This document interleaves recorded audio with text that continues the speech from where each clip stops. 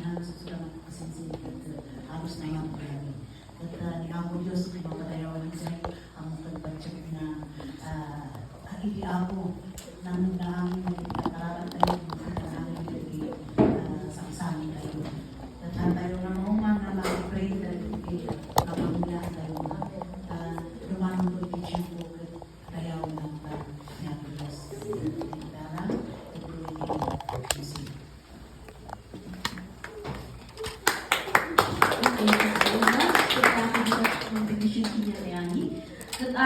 Ready na po ba tayo mag-worship kay Lord? Amen. Amen. Is na ready dito? Ready na po ba tayo to worship the Lord? Amen. Amen. So let's stand up and let's worship the Lord. Then ko i-music him.